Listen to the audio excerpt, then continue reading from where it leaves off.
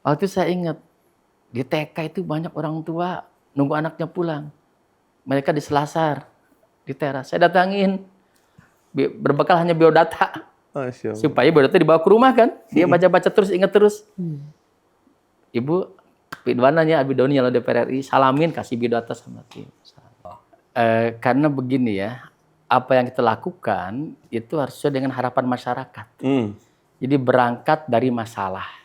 Untuk apa? Untuk menampung aspirasi. Karena sebagai wakil harus datang dan harus tahu masalah di desa ini.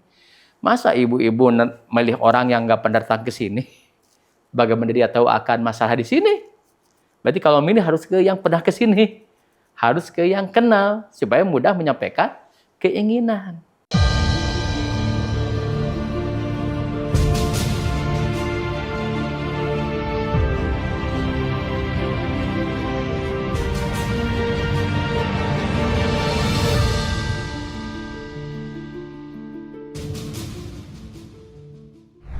Assalamualaikum warahmatullahi wabarakatuh. Waalaikumsalam warahmatullahi wabarakatuh. Pantun nggak nih, pantun nggak? Ya udah semangat, jadi nggak usah pantun. Teman-teman makasih udah kembali menyaksikan channel ini. Kalau biasanya yang kami undang adalah calon anggota legislatif, sekarang yang kami undang agak berbeda, tetapi menurut saya ini sangat layak untuk ditonton ya. Yang kami hadirkan di sini punya tentu segudang jabatan, tetapi buat saya sosok ini sangat subjektif ya. Yang memberikan saya harapan bahwa politik di Indonesia itu punya masa depan.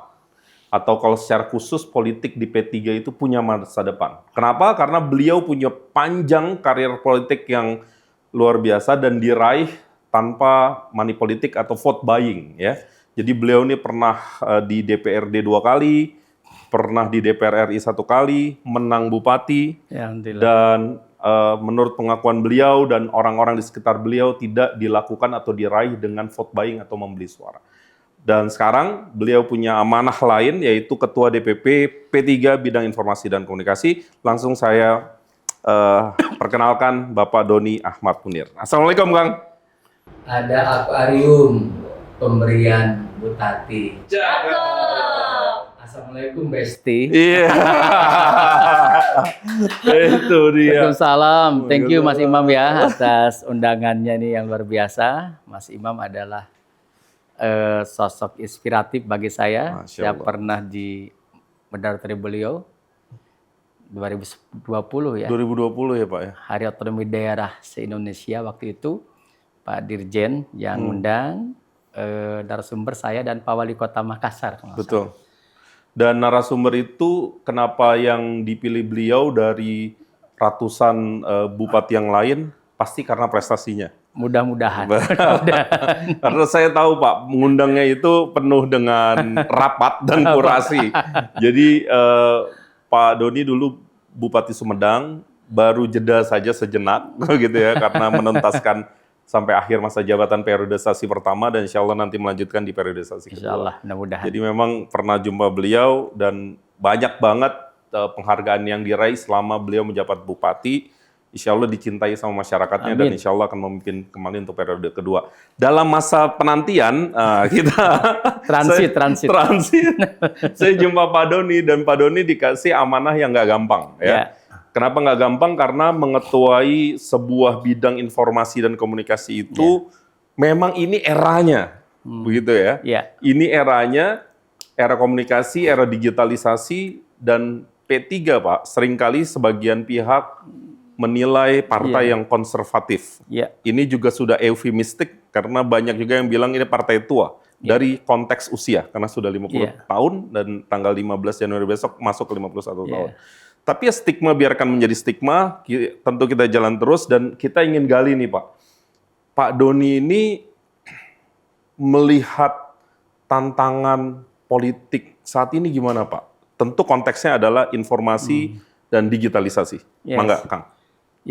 Tentunya tantangan kita tidaklah semakin ringan, tapi semakin berat dengan berbagai perubahan yang terjadi. Terutama perubahan di kalangan milenial, Kemudian ada setelah pandemi COVID kemarin, kita mengalami perubahan. Jadi intinya dunia berubah, kehidupan berubah, termasuk kehidupan politik, dan ekspektasi rakyat terhadap partai politik tentunya berubah. Berarti partai politik harus berubah, harus beradaptasi dengan situasi yang terjadi sekarang. Apalagi saat ini didominasi oleh kalangan milenials yang mereka tentunya sangat berbeda pandangannya kepada partai politik. Inilah yang harus kita dalami, inilah yang harus kita tangkap peluangnya. Jadi bisa menjawab tantangan, bisa menangkap peluang. Jadi misalnya millennial disruption sekarang ini kita harus tangkap dengan baik. Jadi partai politik harus berubah. Berubah apanya? Pertama, kualitas SDM dari partai itu sendiri. Kedua adalah tata kelola organisasi. Harus berbasiskan digitalisasi. Itu harus. Yang ketiga harus agile, harus lebih lincah, lebih tangkas seperti itu.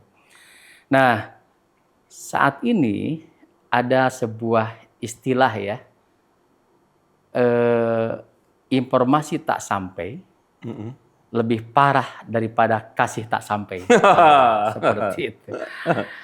Apa yang terjadi? Karena di negara kita saat ini ketika literasinya sangat rendah, indeks minat baca kita sangat rendah, termasuk literasi digital.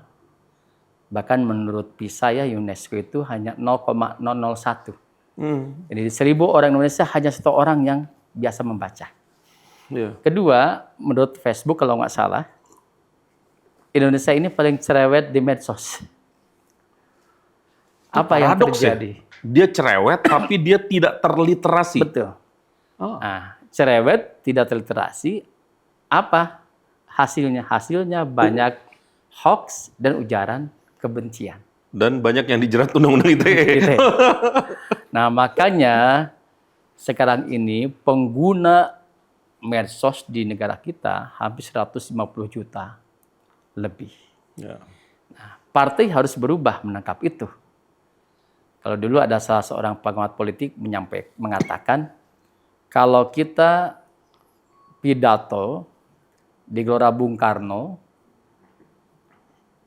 tanpa menggunakan sound system, itu tidak akan nyampe ke seluruh audiens. Sama halnya, kalau kita kampanye sekarang partai politik tanpa menggunakan media sosial, sama halnya dengan pidato di GBK tanpa pengeras suara. Tidak akan nyampe. Makanya mau tidak mau, dalam menyampaikan pesan politiknya harus menggunakan media sosial, media massa. Untuk apa? Supaya pertama P3 dikenal, kedua disukai. Disukai kan harus di branding. Dengan cara apa? Masyarakat harus tahu P3 sekarang wajahnya seperti apa. Programnya apa. Dan itu harus sampai kepada masyarakat. Termasuk lewat podcast ini. Lewat medsos, lewat media massa, lewat podcast. Bagaimana program-program P3 bisa nyampe kepada masyarakat. Kita punya 17 program strategis misalnya. Kan kalau hanya disampaikannya di forum-forum kecil tanpa medsos, hanya itu yang dapat informasinya. Karena tahapan orang memilih, dikenal, populer, disukai, layak, jadi pemimpin karena dia punya pengalaman baru dipilih. Jadi nggak mungkin tiba-tiba milih si A kalau dia nggak kenal. Milih si A kalau dia nggak suka. Harus itu.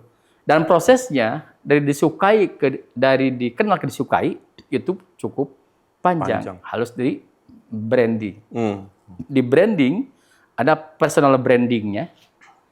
Misalnya Mas Imam personal brandingnya adalah santun, merakyat, atau humble. Itu personal brandingnya harus nyampe kepada masyarakat.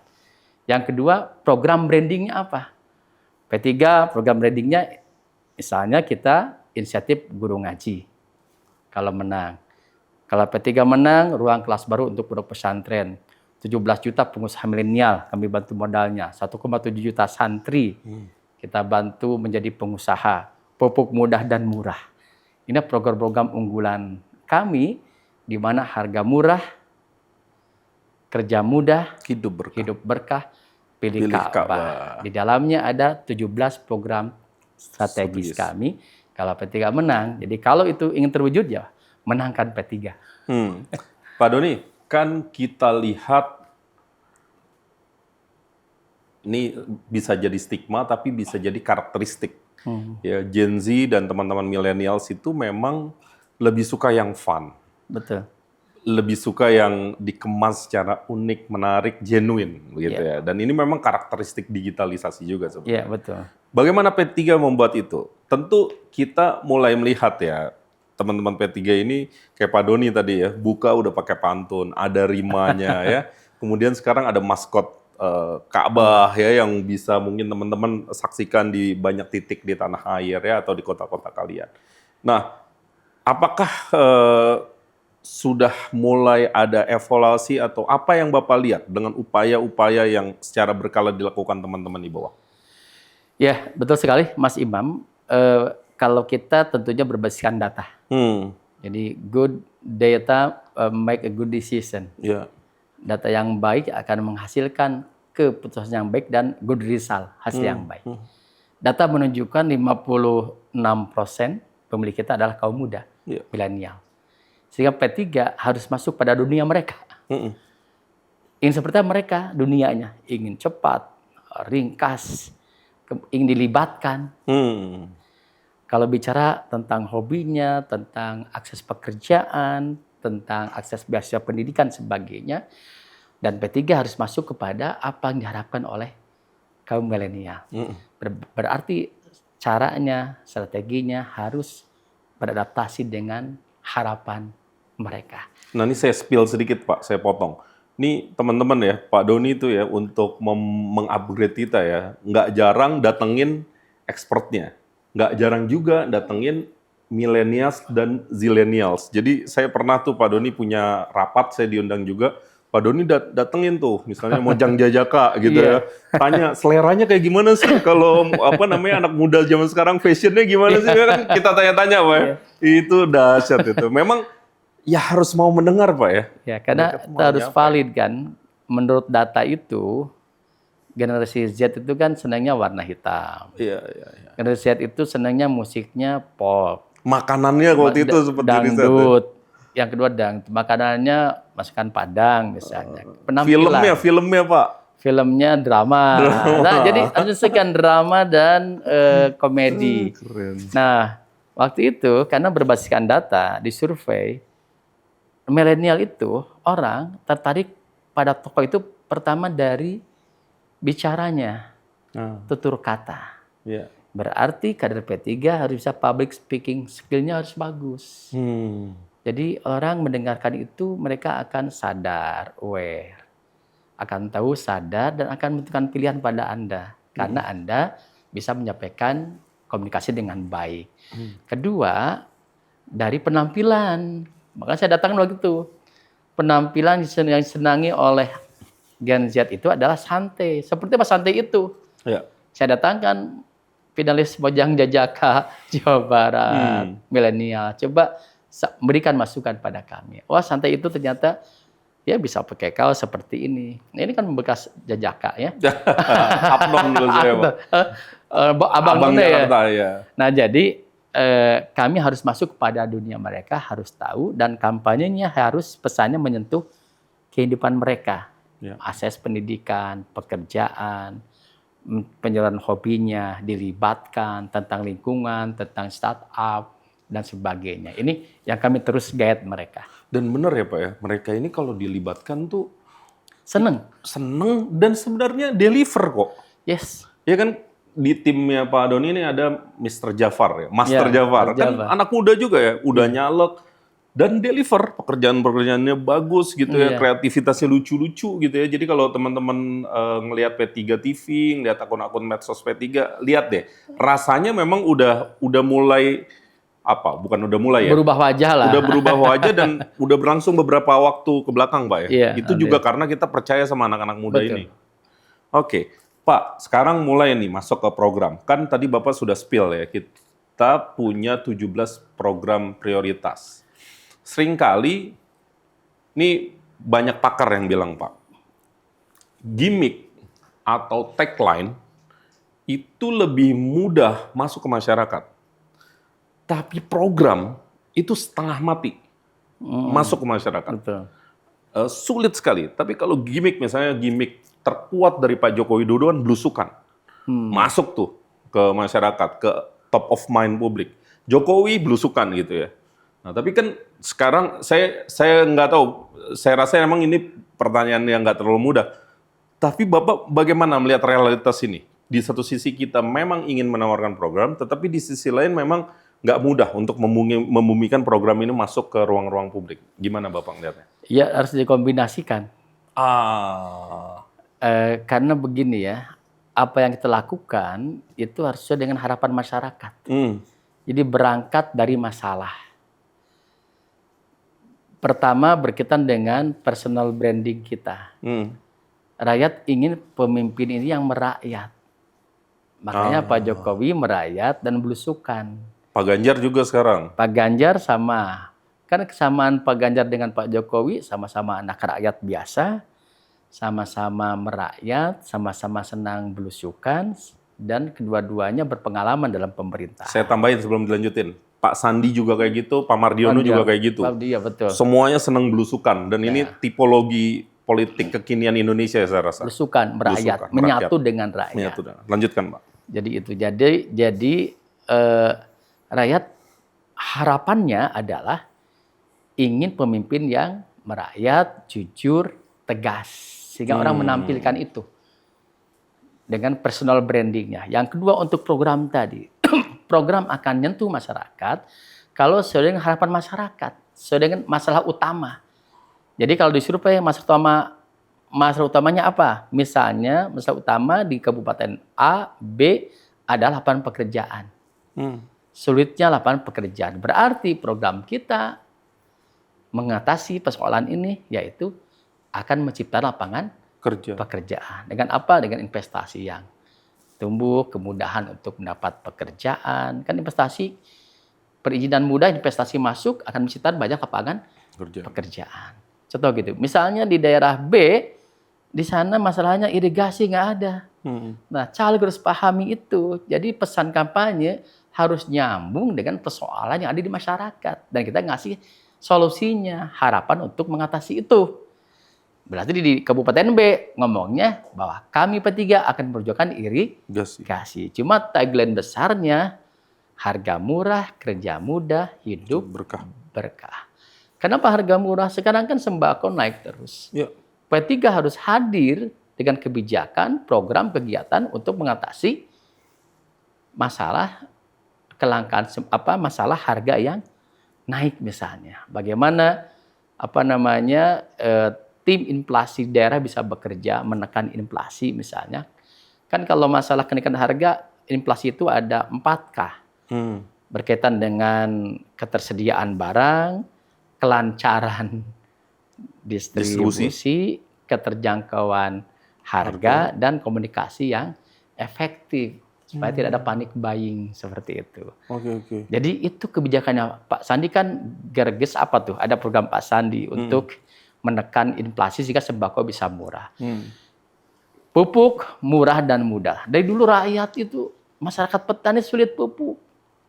P3 menghadirkan kebijakan program yang akan mempermurah harga pupuk. Nah, kita punya solusi untuk itu. Nah, lapangan kerja mudah. Bagaimana menumbuhkan iklim investasi di tiap daerah dimulai dari perizinan yang mudah, yang murah sehingga investor datang, dia berinvestasi, ada perusahaan akan banyak menyerap tenaga kerja atau melalui pelatihan kewirausahaan, atau mengaktifkan BLK-BLK. Yang ketiga, partai akan disukai kalau dia berprestasi. Apa prestasi kita selama ini? P3 mendukung dulu paling depan undang-undang pondok pesantren. Sekarang inisiatif guru ngaji keagamaannya. P3 pionir untuk undang-undang tentang pelarangan minuman beralkohol. Saya termasuk salah satu tanda tangan dulu kita di DPR. Cuma sekarang kan itu nggak berlanjut terus, mandek terus. Karena P3 sedikit di parlemennya. Ya kalau banyak P3-nya, undang-undang itu yang telah merusak moral bangsa kita bisa kita atasi dengan pelarangan minuman beralkohol seperti itu. Jadi kalau kalian pingin nilai-nilai perjuangan-perjuangan yang Pak Doni tadi sampaikan terus bergaung di ruang Senayan di DPR, pilih P3 Pak? Ya, beri kesempatan P3 untuk menang. Kan belum menang. Iya. Yang sudah menang selama ini, tetapi tidak melakukan perubahan terhadap rakyat, ya jangan dipilih terus, pindahkan pilihan Anda. Karena besok itu masyarakat itu punya kemewahan ya, karena kedaulatan lagi di tangan mereka. Penentu. Ya. Coba beri kesempatan yang belum pernah memenangkan pemilu menangkan. Tinggal diukur berhasil tidak nanti setelah menang. Amanah tidak. Ya. Tapi saya yakin P3 punya 6 prinsip perjuangan dan salah satunya harus amanah.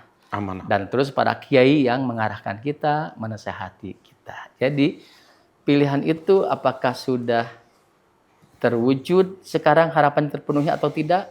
Setiap 5 tahun yang menang partai A, partai B, partai C, tapi ternyata tidak berubah sampai sekarang, ya pindahkan pilihannya. Coba kepada yang belum memenangkan pemilihan. Jadi memang manfaatkan, jangan mudah terbeli, gitu ya. Pilih secara rasional. Tadi kan Pak Doni mengajak kita berpikir ya. Kalau yang kemarin udah Anda coblos kemudian ternyata nggak deliver, ya jangan ragu untuk mencoba yang lain ya. Salah satunya P3 ya. Betul. Oke, Pak Doni. Sekarang kalau kita melihat nih Pak, kan ada sekarang perang udara dulu deh. Nah di perang udara itu seringkali kan punya kekhasannya masing-masing ya. Misalnya kita harus punya konten yang menarik dan seterusnya.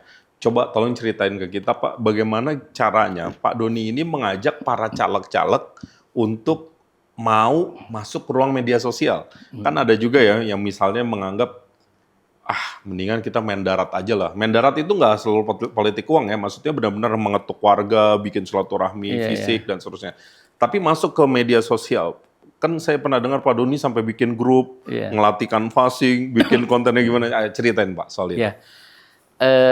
Tadi itu, berubah memang susah. Berubah memang susah. Ketika sekarang dunia berubah, kehidupan berubah, kemudian demografi pun sekarang milenial 56%, berarti kita harus adaptasi pada kondisi yang ada, harus berubah. Bagaimana cara melakukan perubahan? Ya, merubah mindset. Merubah mindsetnya. Dan tentunya pimpinan partai, ketua DPP bidang itu harus di role model. Iya. Dicontoh. Orang lebih mudah melihat contoh daripada mendengarkan ucapannya. Jadi dari role model, merubah mindsetnya dengan cara apa? Peningkatan kapasitas. Saya beberapa kali memberikan pelatihan-pelatihan untuk merubah mindsetnya. Kan ada 4 tahapan ya merubah itu. Pertama, karakter buildingnya, membangun karakter, merubah karakter. Kedua, capacity building. Ketiga, coaching, klinik langsung. Yang keempatnya, mentoringnya, dimentor terus yang sudah ada. Kami lakukan pelatihan Infocom se-Indonesia, itu berkali-kali, supaya merubah arti pentingnya ini. Jadi undang ke beberapa provinsi dan kabupaten untuk menyampaikan arti penting kita menggunakan medsos saat ini, serangan udara. Jadi itu, kalau nggak pakai medsos ya, sebaik apapun kita nggak nyampe kepada publik, gimana? Layaknya di GBK nggak punya sound system. Sound system, seperti itu. Kemudian, udah gitu, melatih mereka, kita buat grupnya, kemudian sampai detailnya mengasistensi tadi. Jadi emang harus latihan Pak, bikin konten tuh butuh latihan Pak. Butuh latihan, dan kita mengasistensi, bahkan kayak coaching face to face. Kamu butuh apa? Buatin konten berita, buatin konten untuk medsosnya, buatin apanya. Kami siapkan itu jasa itu. jasa itu dan gratis di jasanya di grup medsos. Dan itu daily Pak ya? Berarti daily, tiap hari? Tiap hari tips tentang bermedsos yang baik buat Facebook, meningkat, meng-add-nya seperti apa, mengiklankannya, kemudian konten tiap hari berubah-ubah. Jadi setiap hari kami ngasih tips di sana. Bagaimana konten supaya disenangi, bagaimana memperbanyak followers, ikut ke grup mana, bagaimana di-share. Sampai teknis, saya ada tim untuk itu. Dan alhamdulillah setidaknya kan ini berdampak juga. Sampai kita buatkan rilis. Pak, kami sedang kampanye ke daerah ini tentang ini. Kita buatkan rilisnya.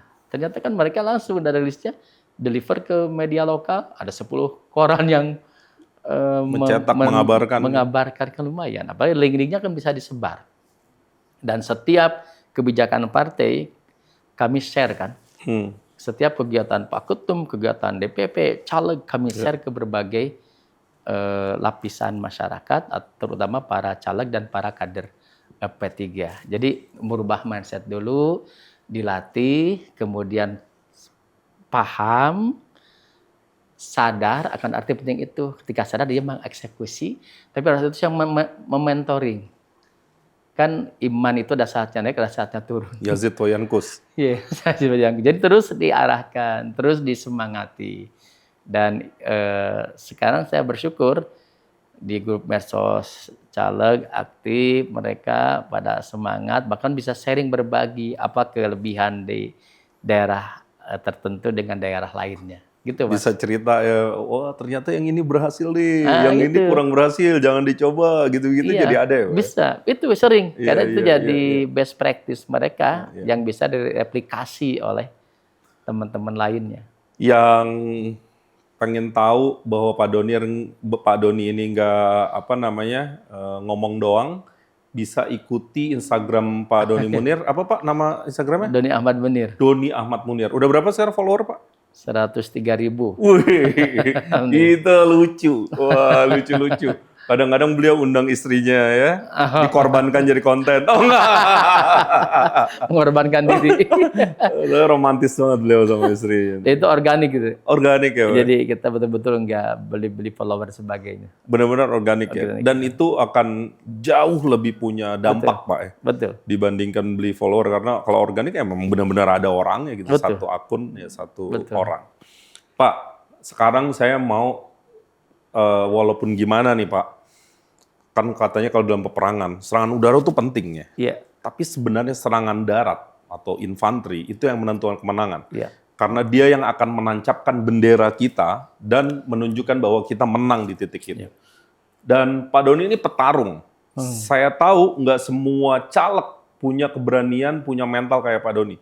Saya ini pernah dengar cerita tuh Pak Doni waktu awal-awal mau nyalek, itu datang ke sekolah-sekolah, salamin orang-orang satu persatu, orang tuanya memperkenalkan diri, masuk ke bus-bus begitu ya, memperkenalkan diri dan seterusnya.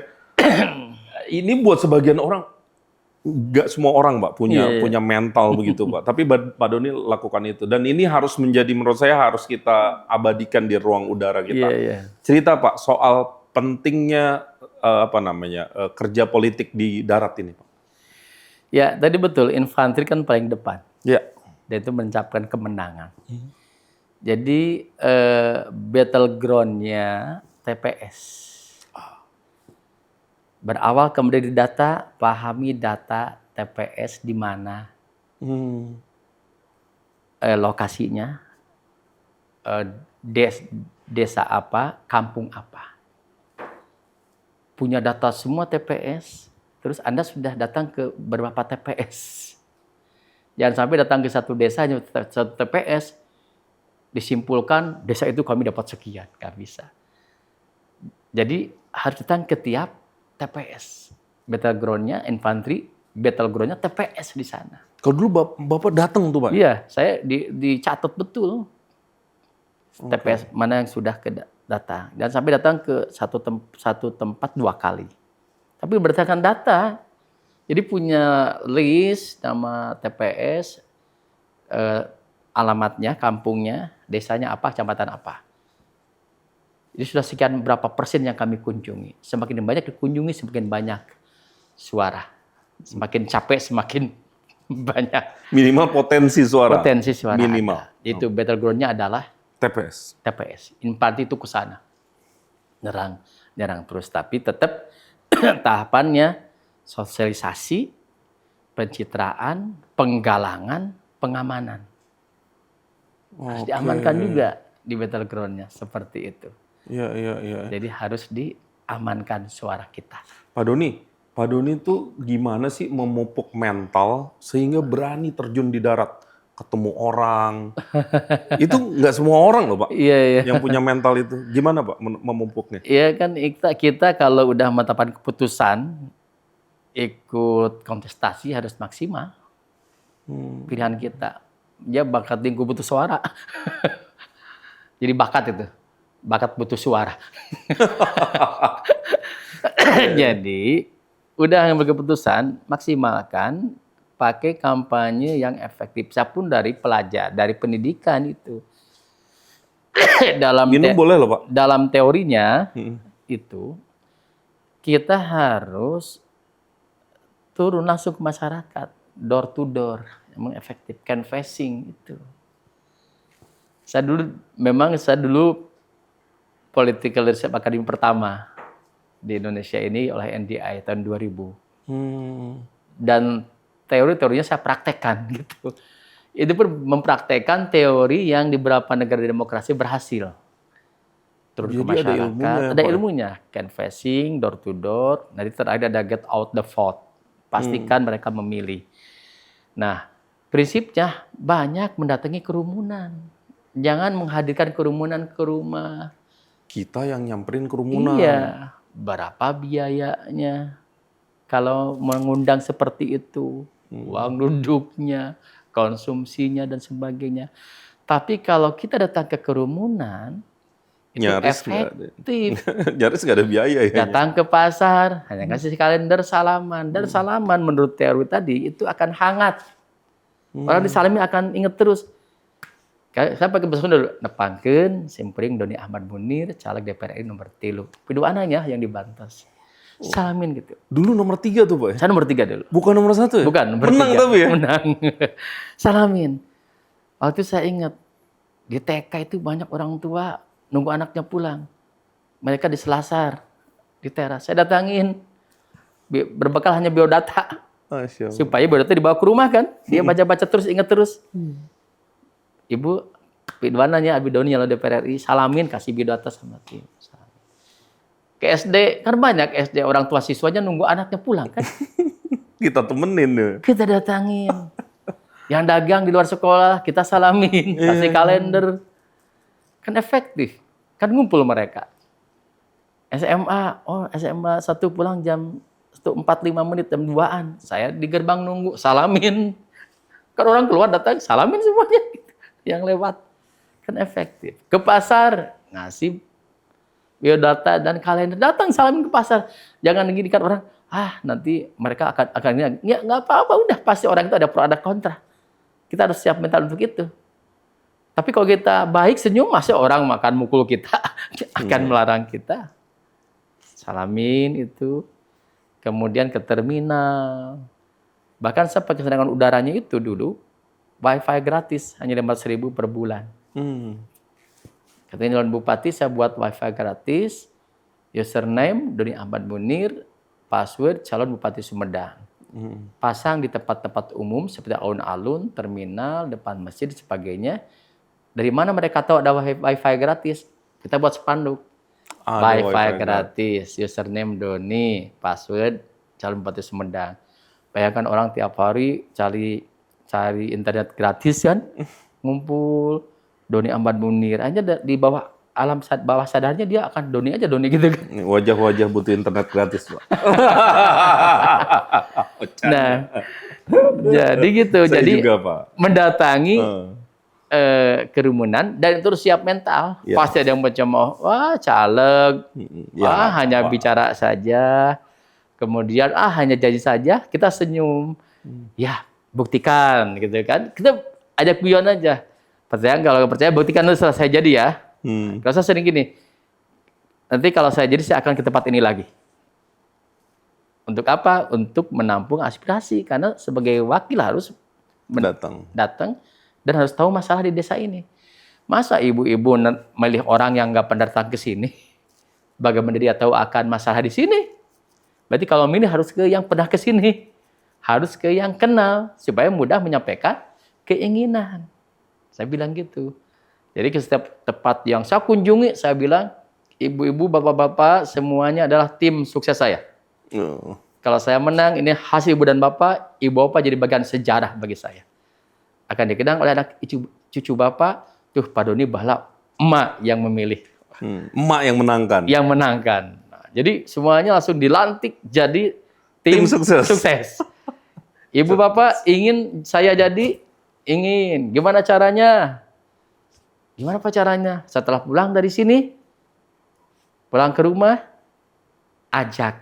Kalau bahasa Sunda, ajak batur sakasur.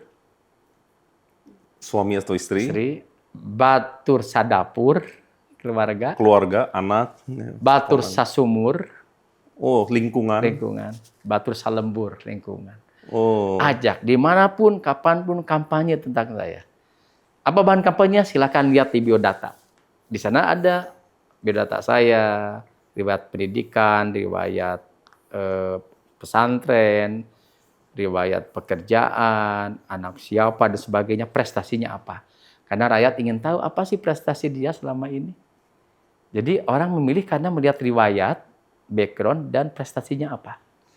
Makanya nama kakek saya cantumkan. Mungkin ada teman-teman kakek saya kan, oh ini cucunya ini. Iya juga. Nama bapak saya cantumkan. Mana tahu ada temannya bapak. Oh, kan ada teman SD saya cantumkan. Kan teman SD-nya, oh itu alumni saya. SD, SMP, SMA, S1 dicantumkan. Jadi pinter-pinter menggali potensi kita juga ya Pak? Iya betul. Dan yang kita miliki, modal sosial itu kita mobilisasi dan orkestrasi. Menggerakkan semuanya. Jadi strong voters, pemilih kuat. Jangan sampai hanya memilih untuk dirinya saja. Itu yang paling penting. Menguatkan keluarga kita, dimobilisasi, diorkestrasi, bergerak semuanya. Yang paling mudah keluarga. Harus bergerak semuanya. Sehingga saya ada relawan keluarga dari bapak saya, relawan keluarga dari ibu saya, relawan SD, relawan SMP, relawan SMA, relawan pesantren, relawan majelis taklim. Tapi membangun itu nggak pakai uang, Pak. Karena dia persahabatan, kesadaran. Yang disentuh tuh memang hati. Value-nya. Value, ya? Yes. Hatinya, kan kita udah bareng-bareng. Yang saya dulu pernah menitikkan air mata ya. Haru tapi suka gitu ya, terharu gitu. Ketika kampanye terakhir pilkada itu, teman-teman SMA, relawan SMA, itu kan banyak yang berhasil ya. Di pinggir-pinggir jalan itu mobilnya kapnya dibuka. Ternyata warung sawios, warung gratis. Oh, makanan, minuman disediakan untuk yang kampanye.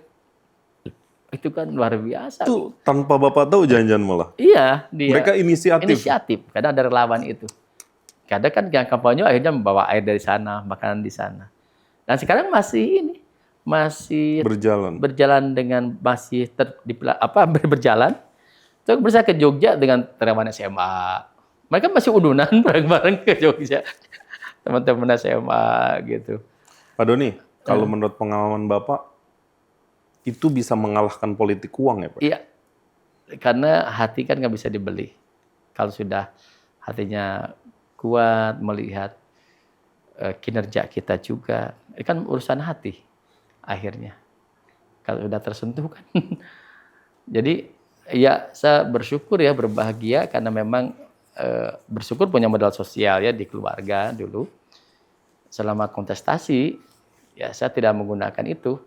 Menggunakan tadi itu modal sosial, modal kampanye yang efektif, dan modal spiritual.